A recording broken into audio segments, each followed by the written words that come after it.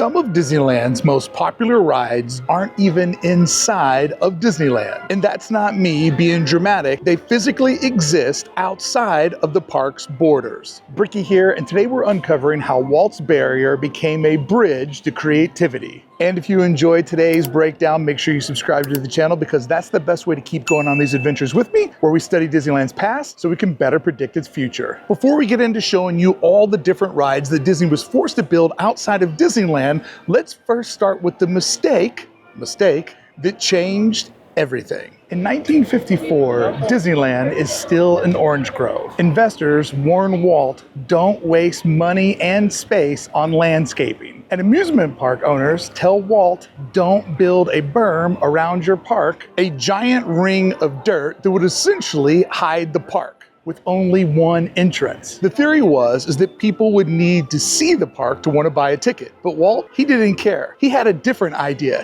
He knew that people would actually buy a ticket to see the park. Walt's dream was simple. Once you stepped inside of Disneyland, the outside world would disappear. What he never realized, it came with one small problem. It boxed Disneyland in its original borders. There was no way to grow. And it's what forced Imagineers to be seen as some of the world's greatest creative problem solvers in entertainment history. The berm still circles the entire park today. The opening day classic, the Jungle Cruise, sprawled across nearly 4.5 acres with a full-scale river circling the islands of Manhattan and Catalina inside a park that was originally only 85 acres total. It loops, it doubles back, and even crossed itself, just like the tangled jungle vines that hid it from the nearby Disneyland Railroad that passes it on the berm. But it came with a small cost. It nearly ate up all the real estate around Adventureland. So Disney learned fast that they could never build another attraction at this scale inside of Disneyland again. And for those that pay attention, over the years, every other large-scale attraction from opening day has either been edited or removed. The stagecoaches, the pony rides, removed. Autopia and Tom Sawyer's Island, each modified. But the Jungle Cruise is the last one still standing. It's a lone survivor from a Disneyland that no longer exists. A reminder of how freely once Walt could build before the berm forced the Imagineers to start thinking outside of the park. So where do you build when there's no space left? But by the 60s, Disneyland had something that I refer to as the World's Fair wake-up call. By 1959, when the Matterhorn and the submarines opened, Imagineering had hit a wall, literally. The berm that made Disneyland beautiful now trapped it inside of itself. Then came the 1964 World's Fair, and it changed everything. Guests and Walt Disney fell in love with massive rides, animatronics, and multi-scene adventures. And of course, Walt wanted all of this to come back home to Disneyland. But there was just one small problem. There was no room left inside of Walt's park. This is the moment that forced Imagineers to create one of their greatest magic tricks and to create a design loophole that would change Disneyland and every Disney park to follow for decades to come. It's still happening today. This is the moment where Imagineering discovered if they couldn't build inside the park, they'd build under it, over it, and beyond it. And this means in 1966, when Small World came home from the 1964 World's Fair, there was no room left inside of the original Fantasyland. So in '66, Disney did something bold they'd never done before. They quietly expanded the park's boundary, and only the loading area and the famous clock tower would sit inside of Disneyland. You see, once you board your boat and sail through that smiling face, you're actually entering a hidden tunnel that dips under the Disneyland Railroad. That's why those first scenes are incredibly narrow and small. But by the time you get to the North Pole, congratulations, you're officially on the other side of the Disneyland Railroad, sending you beyond the berm to a hidden show building that lives entirely backstage. And most guests have no idea they've left Disneyland. They glide beneath the train, sail through a massive off-site show building, and only re-enter the park when they pass under the berm again to unload. The iconic clock tower isn't just designed to be cute. It's what hides Disney's first tunnel that would take guests out of the footprint of the park. So indeed, it is cute, but it's also Imagineering camouflage. So to make the Disney magic work, even the park's most innocent ride had to become one of its sneakiest. 1 year later, in 1967, Disney needed to do something even bigger than It's a Small World, and the only way to get to it was to go underground. The two famous drops at the beginning of Pirates of the Caribbean, guests see those as thrills. Imagineering sees those as elevators. The two drops act as stairs to get you as far down as possible with the amount of runway that's available. It's a tight fit, that's why there's two different drops. Now, once you float through the caves, you're now on the same ground level as the parking lot. They quietly carry you under the berm and under the Disneyland Railroad into a massive show building that sits just south of the park, built to reclaim backstage land. It's this building right here. And this scene is where you are officially outside of Disneyland. From above, an ordinary looking warehouse inside of a parking lot.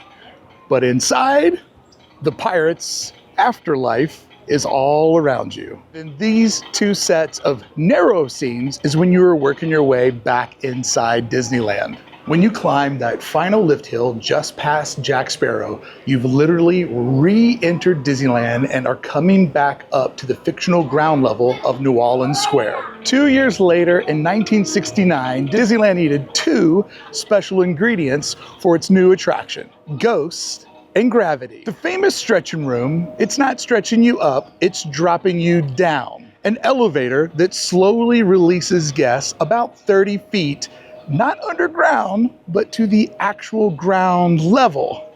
You see, New Orleans Square was built up on a fictional hill, provides a natural riverbank and views down into the rivers of America, and also aligns with being an amphitheater every night when Fantasmic happens. But this is all fictional, because all it's really doing is taking you back down to the ground level of the parking lot just outside the berm. Because as you're walking over to your dune buggy, what you're literally doing is walking outside of Disneyland. You've passed the berm, you've passed the Disneyland Railroad, and that's where every ghost in the mansion actually lives.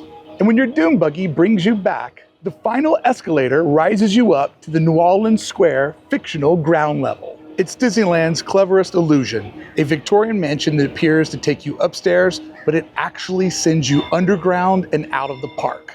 Guests believe they've gone higher, when in all actuality, they've left Disneyland. By the late 1980s, Imagineering had to get even craftier to make room for Splash Mountain, now Tiana's Bayou adventure. To make room for Splash Mountain, they borrowed every trick they'd learned from the Matterhorn, Big Thunder Mountain, Space Mountain, and Pirates of the Caribbean. They built the mountain inside of Disneyland, stuffed it with show scenes. They'd done this before at one scale or another, but this time they would send the Disneyland Railroad right through it. But here is the illusion, the big world famous drop. That's actually how you get back inside of Disneyland. Because before, when you were going through the warning scene, you were in a tunnel that was bringing you back out from backstage. You see, half of the ride happens backstage, hidden in a show building that sits outside the berm. That is where you quietly drop down to ground level, so that when you return to Disneyland for the final plunge, you're already perfectly aligned for that 50-foot free fall. Just like Pirates, it would take two separate show buildings to pull off what feels like one continuous story to the guest. Imagineers fooled guests completely by sending them up, down, and even out of the park, without realizing they'd ever left. Imagineering was forced to do this because by the time Splash Mountain shows up, the space is pretty much eaten up on the backside of the park, but they knew they had room for one more. In the 1990s, Imagineering had mastered the art of hiding outside of the park, but Indiana Jones took that skill to the extremes. Disneyland demolished the old Eeyore parking lot. That's how far they had to reach to fit in the humongous show building. Even the monorail and the Jungle Cruise were rerouted to make room for Indy. Inside of the berm in Disneyland proper, all they could fit was a modest facade and queue. On the outside, it looks like a temple tucked behind Adventureland. But once you pass through the spikes and the traps, you've actually walked yourself underneath the berm and beneath the Disneyland Railroad. You have left Disneyland entirely. You're now standing in a warehouse the size of a city block, built on the land that used to park cars. And even though you think you're underground, you're literally standing on the same level of the surface that you stood on when you were waiting to go inside of Disneyland in front of the front gates. Started as a way to float boats under the railroad, had evolved into a full-scale illusionary expansion. The Imagineers no longer needed more land, they'd learn how to dream beyond the park's borders. And it remains a trick that Disney pulls off on almost every single attraction that touches an outer edge. Whether it's hiding the way that you go outside of the park under a giant mound of dirt, or a new land that has none of these restrictions, it has become the signature Disney style. And the good news is, once you find your style, you find your people. Here's my good news. Oh, do I have something exciting to share. Today's video is sponsored by Whatnot. If you're a regular viewer, you may remember a couple of videos ago, I bought something I always wanted on Whatnot to celebrate the channel hitting 80,000 subscribers. And guess what? It just showed up. Let's unbox. I had one of these when I was a kid. I lost it and I've wanted it back ever since. I was able to get it off of a 5-star seller on Whatnot, which meant I was in for a smooth experience. There we go. The moment is here. Oh, I'm so pumped.